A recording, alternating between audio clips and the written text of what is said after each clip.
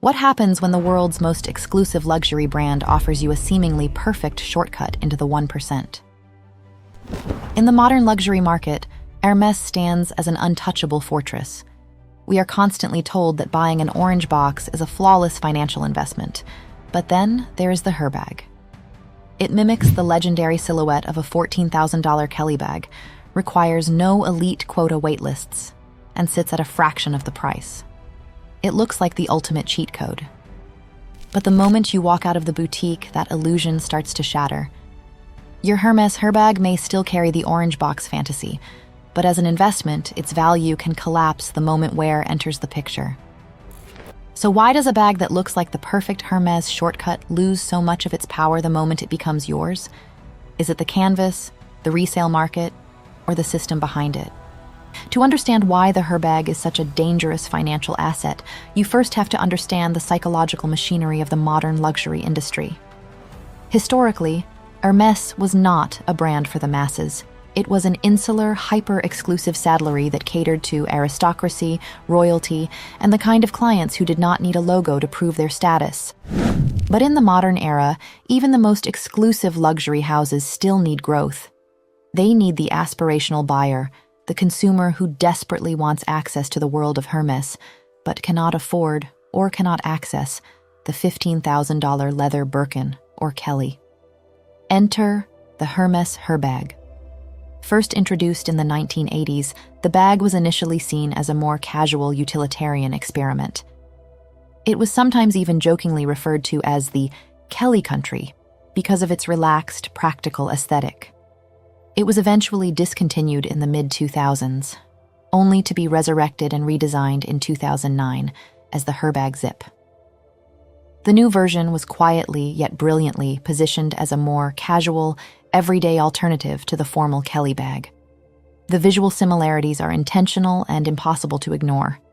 It has the same trapezoidal shape, wider at the base, narrower at the top, that makes a Kelly recognizable from across a room.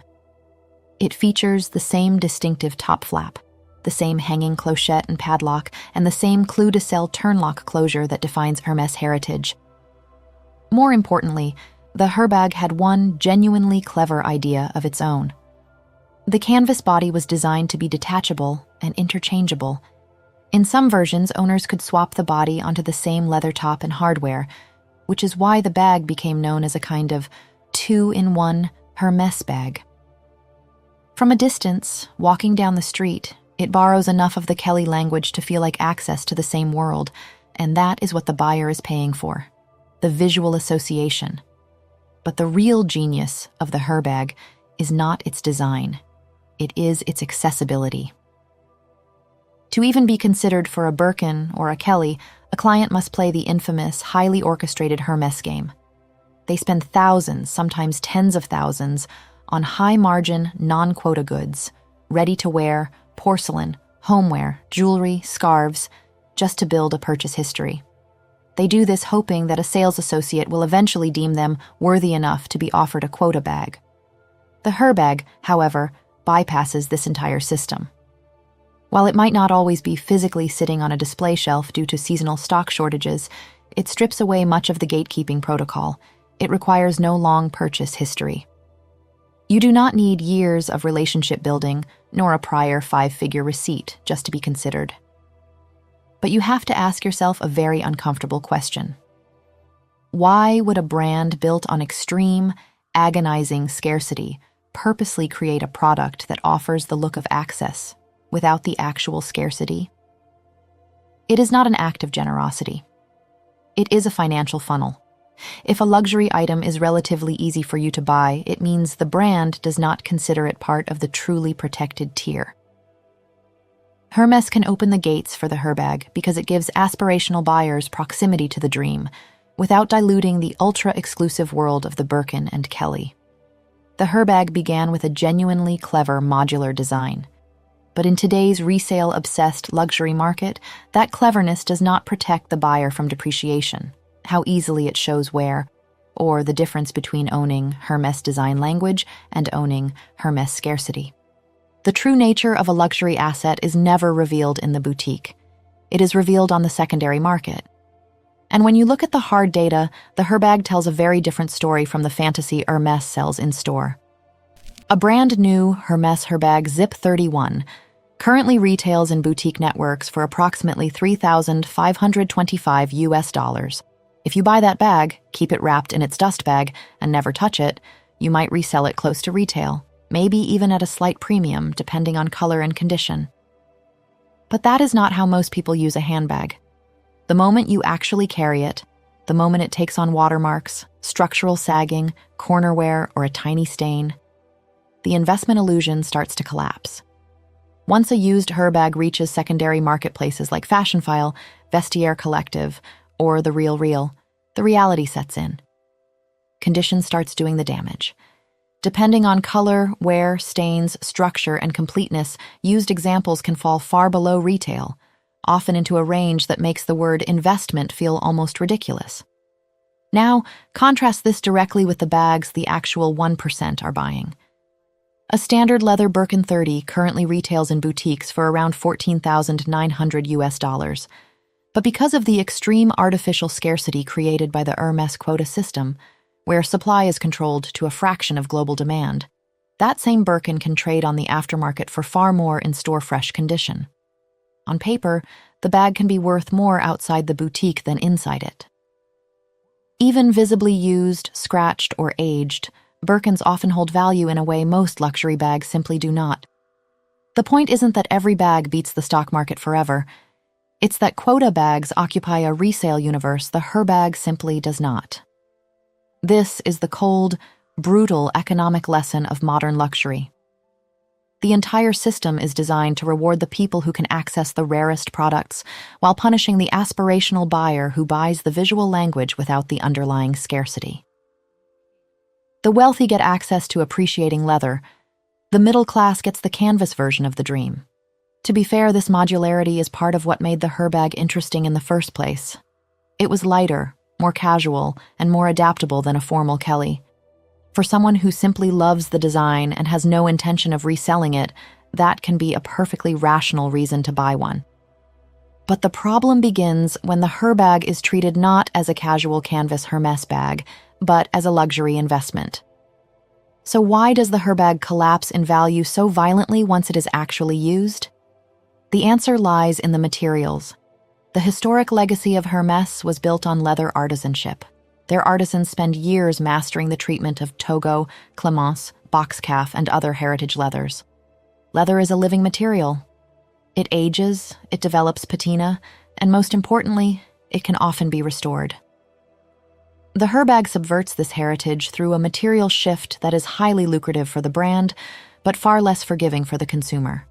While the top flap and handles of the bag are made of Vache Hunter leather, a stiff, resilient leather that holds its shape, the body of the bag is made of a Fisher canvas. Hermès can market this as lightweight, sporty, and durable, designed for the modern woman on the go. But when you strip away the romantic marketing language, canvas is still a woven textile, far cheaper and easier to scale than flawless calfskin, and it shows wear far less gracefully.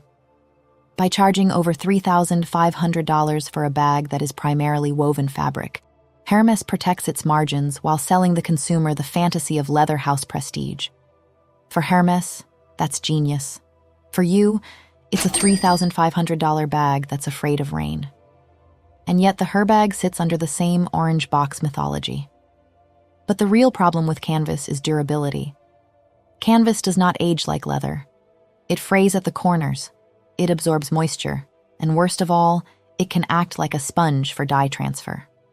If you wear a light-colored Herbag against dark denim, the blue dye can stain the canvas in a way that immediately changes the bag's resale story. When a $15,000 leather Kelly gets scratched, scuffed, or worn, it can often be sent back through Hermès aftercare. Leather can be conditioned, buffed, restitched, re-waxed, and treated by skilled artisans. The material is designed to age within a luxury restoration system. But canvas does not behave like leather. Once it stains, frays, softens, or takes on denim dye transfer, it becomes much harder to restore cleanly. There may be cleaning options, but the resale market is unforgiving. Visible wear on canvas punishes value far more brutally than a scratch on leather. Resale buyers know that a marked canvas bag is not the same kind of asset as a patinated leather Kelly. That is why the Herbag is so dangerous as an investment. Hermès sells it with the visual authority of an heirloom house, but the material reality behaves very differently. It is a luxury object with a much weaker margin for error. Beyond the financial depreciation and the material flaws, there is a deeper, more philosophical problem with the Herbag. It represents an anti-luxury paradox. True luxury is supposed to feel effortless. A luxury item should make your life smoother, more refined, more elegant. The Herbag for many owners does the opposite. Picture holding a coffee in one hand and trying to slip your phone back into the bag with the other. Where most bags open with a zipper or a magnetic snap, the Herbag closes with rigid leather sangles threaded through a metal bar across the top, and undoing them usually takes both hands, which is exactly the one thing you don't have free. This is not just a theoretical complaint. In owner forums and online reviews, the Herbag closure comes up again and again as one of the bag's most frustrating features. Some owners who've carried one for years tend to describe it the same way. It takes some getting used to, the closure is a bit fussy, and annoying when you're in a hurry, not something you can undo one-handed while juggling a coffee and your phone. Many owners admit they simply leave the bag open all day because the closure mechanism is too frustrating to deal with repeatedly. The paradox of this design is glaring. The Herbag is designed to look rich, polished, and sophisticated while you are walking down the street.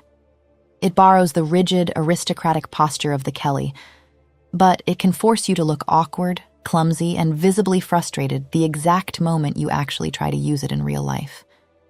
It prioritizes performing wealth over daily utility.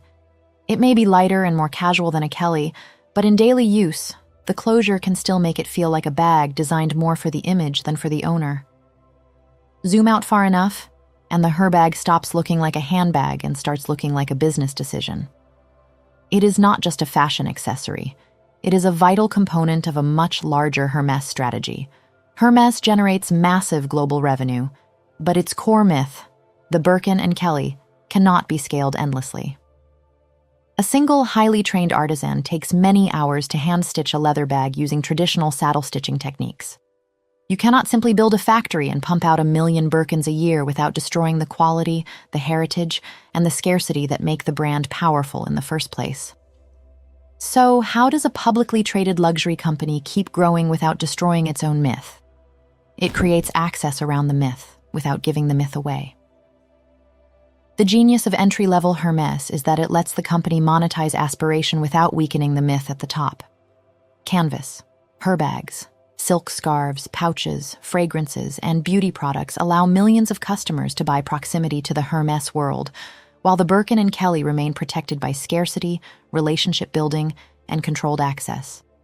The Herbag is not a gateway into the elite, untouchable world of Hermès.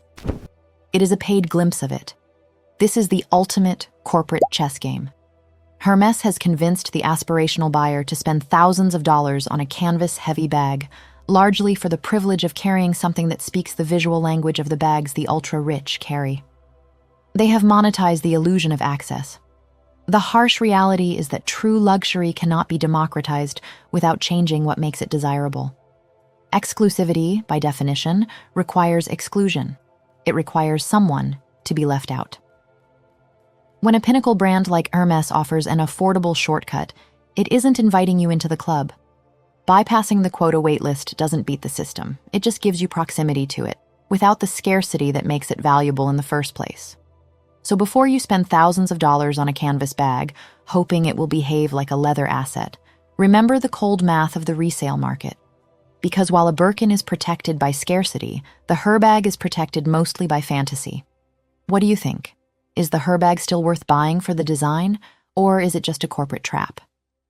Let me know your thoughts in the comments below, and don't forget to subscribe to our channel for more deep dives into the luxury industry. Thank you for watching, and as always, I'll see you in the next one.